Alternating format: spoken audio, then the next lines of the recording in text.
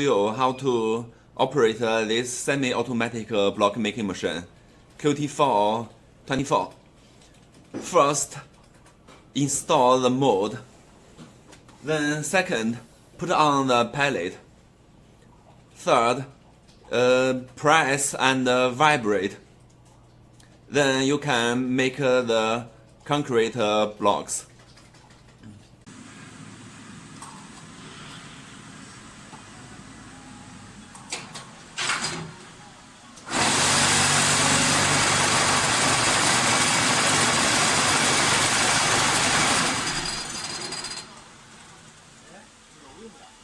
差不多吧，我感觉这边就行了，那边还应该行了吧？这边应该行了。